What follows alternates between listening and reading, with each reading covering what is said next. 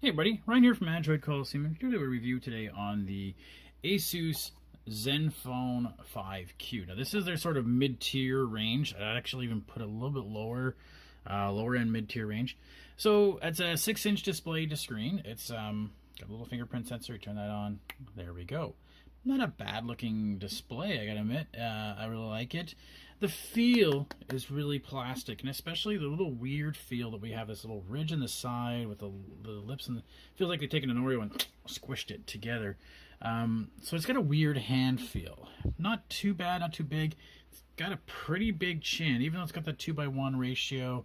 It's still larger than like the Google Pixel, slightly larger than my Huawei P20 Pro.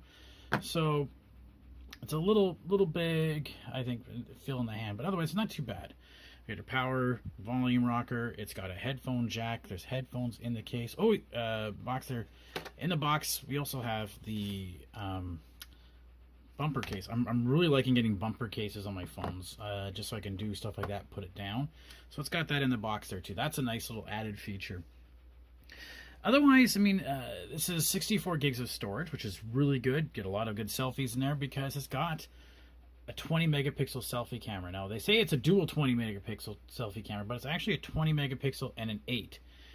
Same with the back, it's actually a 16 and an 8, not a dual 16 megapixel camera. And that's the biggest feature you're going to see about this. Otherwise, the specs aren't, anything to write home about. This is a Snapdragon 630. Octa-core. It's got 4 gigs of RAM, a 3300 milliamp hour battery. But the other thing is it's only got Android 7.1.1, and when everything else is coming with Oreo, and we hear the name today is officially Pi, to come back with 7.1, which would have been Nougat.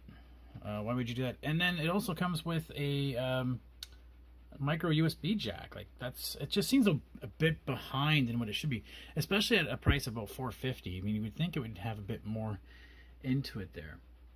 So first, the other thing I want to talk about too is that it's got a triple SIM tray in here. So if I pop this open,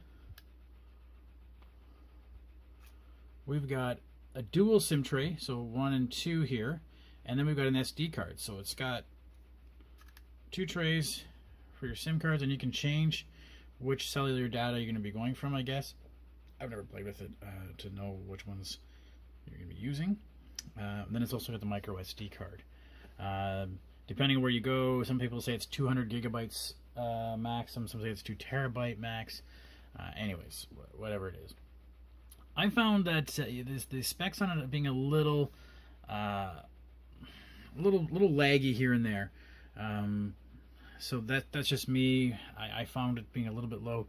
So I think the $450 price might not be quite as worth it for what you'd be looking for. I've noticed a little bit of lag when I was going through different things. No thanks. So I find that's just me, the laggy part. I'll show you the camera part. That's just part of what people really like about it. The ZenFone 5Q, there's a 16 megapixel camera, and what's nice about this is you just hit the button to change to the different lens, and there you go. There you get a spherical adjustment, but then it's now only at 8 megapixel.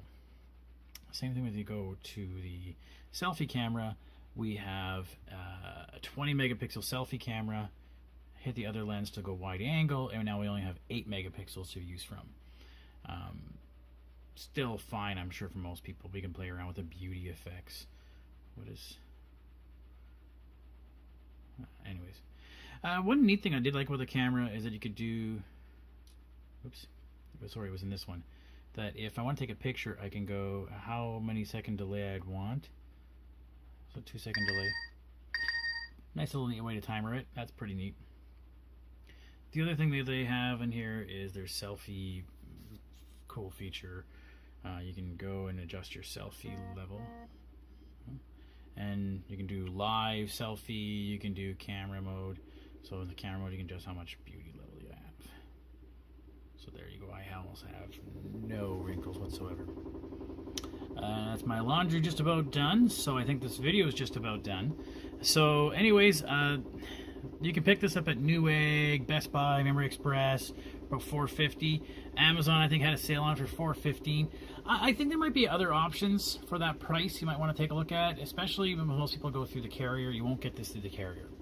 But pretty good cameras. I mean, in terms of that, I wasn't exactly overly thrilled with the results, but your mileage may vary, and it's a good economical choice.